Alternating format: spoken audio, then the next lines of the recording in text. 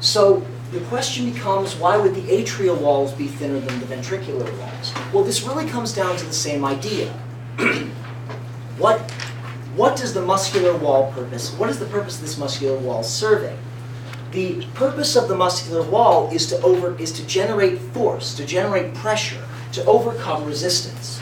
And remember that the resistance being overcome by these muscular walls in the ventricle is to overcome the resistance in the pulmonic and systemic circulations.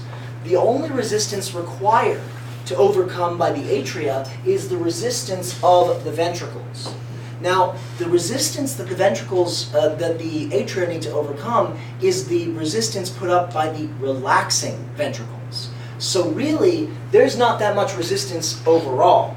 And besides that, you need to have a low pressure environment in the atria overall so that blood from the systemic and pulmonic circulations can enter into the atria passively, because there is no driving pressure in those veins. Veins are not highly muscular vessels that can generate force of their own in order to pump blood back into the heart. That's not what they're designed for, that's not what they do. So that's why your atrial walls are so thin.